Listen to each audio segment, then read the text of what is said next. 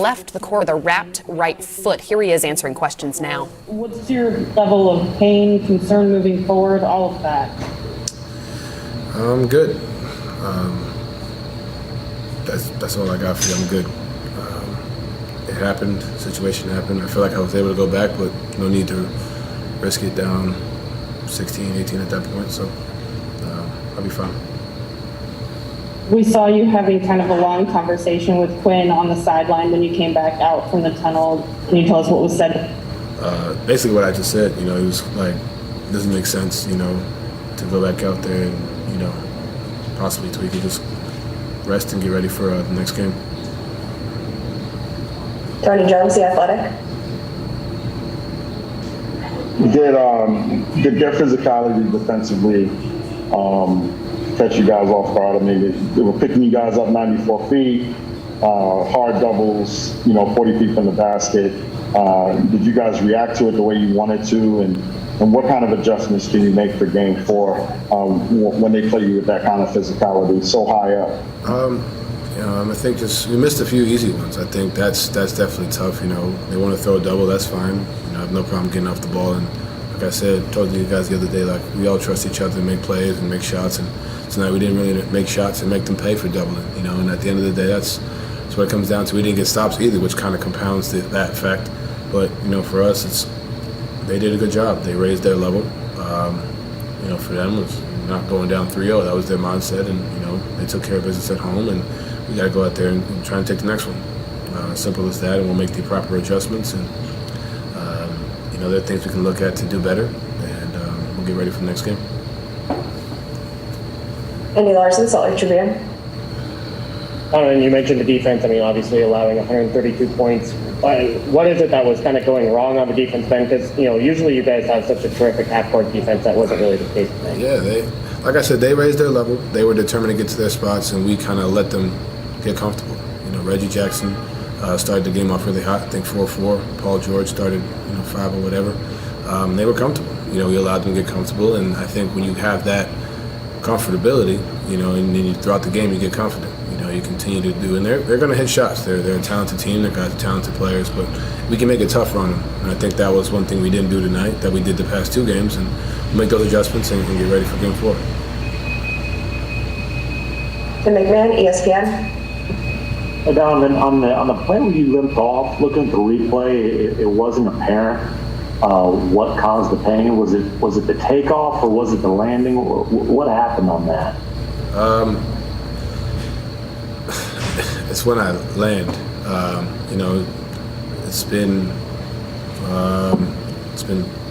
just trying to manage it. I don't really know what else to tell you. I don't want to say too much. So, it was just a landing. But I'm good. I'll be ready for game 4. Rebecca Harlow, TNT.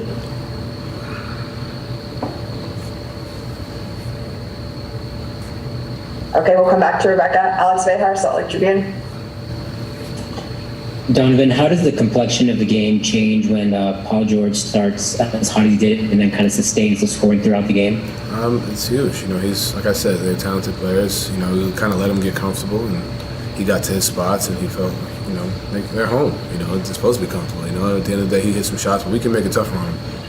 On him, on Kawhi, they combined for, 62, 63 points. We didn't have that when we were at home, so we got to come out there with the same energy and intensity to keep them from doing what they did. And I think for us, guys who aren't necessarily guarding them to make it tougher, whether it's the hedges or the switches or the whatever, I think that's the biggest thing. And credit to them for raising their level, but I got to make adjustments and get ready for game 4. Rebecca, we'll go back to you. All right, can you hear me now, Donovan? Yeah, I can hear you. All right, great. We've seen you show a lot of toughness to play through a lot of things. Has playing through some pain always kind of been one of your biggest strengths? Yeah, as much as I can, as long as it's smart. I think that's the biggest thing, kind of going into situations and asking, can I make it worse? Like playing on it, because obviously it sounds great to go out there and, play through certain instances. I'm not talking about myself in this instance, but like there's all smart like to go and play through whatever. But if you're going to make it worse, it's not necessarily the smart move to go out there. So as long as it's a smart decision, obviously not going to be 100%, but you go out there and you try to compete, things like this are going to happen. You just got to find ways to manage it and get out there and get ready. It's not going to be perfect, but it is what it is. What were the reads that you made? You talk about making reads all the time between the first and the second quarter there when you found your shot. Understanding that I hadn't seen a double like that since like high school. So for me, just seeing it and kind of feeling the game, and they did a good job of it. But for me, it was just trying to find ways to get my teammates involved. I was able to make those plays and make those reads throughout the course of the game, seeing where the double was coming from, and then also flipping it and finding my spots to attack. So for me, that was really the main focus. They're probably going to do it again, so I got to get ready for it, watch the film. And, like I said, we missed some shots, so I think I'm confident in the fact that, if we hit some shots, it's a different game, but, and we also got to get stops too. But for us, it's like we see it, we understand it, make adjustments, and get ready for the next game. Kyle Goon, Orange County Register. Hey, Don. Hey, Kyle. What kind of resources is Mike on the sideline right now in a game like this? Are you guys, able to talk in timeouts, or what does he bring to the team, or you personally? For me, a lot of it's just kind of like I was telling Rebecca, like the reads, what he sees, feeling the game out. Like, it's time to attack. It's time to kind of feel the game. Who hasn't gotten involved, stuff that I may not see because I'm in the flow of it. Tonight we got to get Boyan more involved. Or the next game I get Boyan more involved.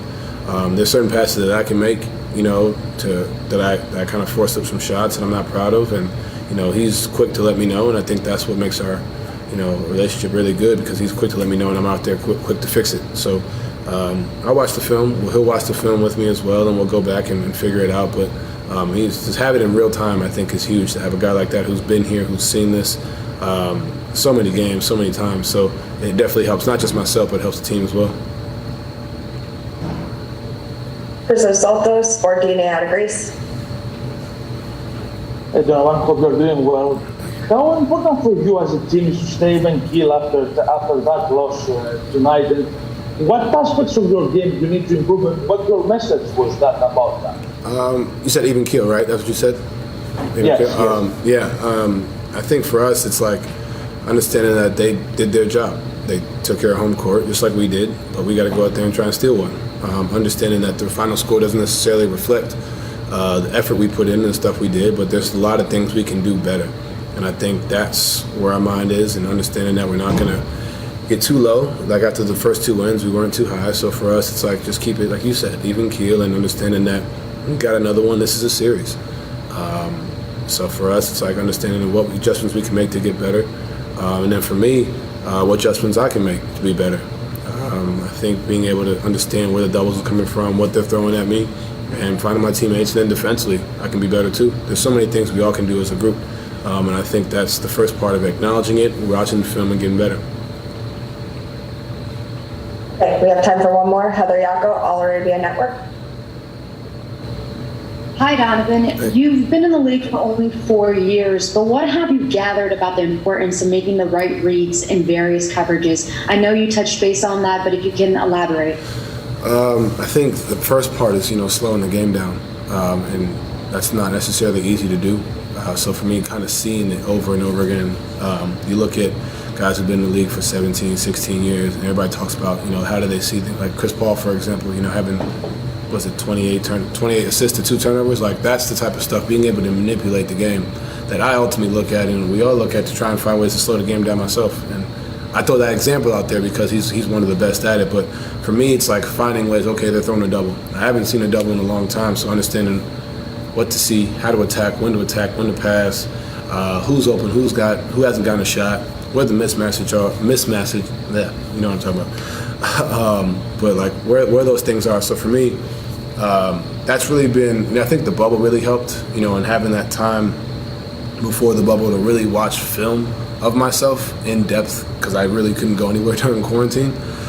So being able to sit there for hours and kind of just watch Like what do I see? Who do I attract on a drive? And tonight I'm gonna do the same thing. And understanding that. So having that series in the playoffs in the bubble and being able to see that has allowed me to come into this year with the same mindset and the same thought process of being able to manipulate and attack and find the guys on the wing and the corner, find Rudy. And then it's still a learning process. There's still things I'm going to mess up, but at the end of the day, being able to continually make those reads, I think something I put pride in, and it just comes with a lot of film work. So, yeah, that's it.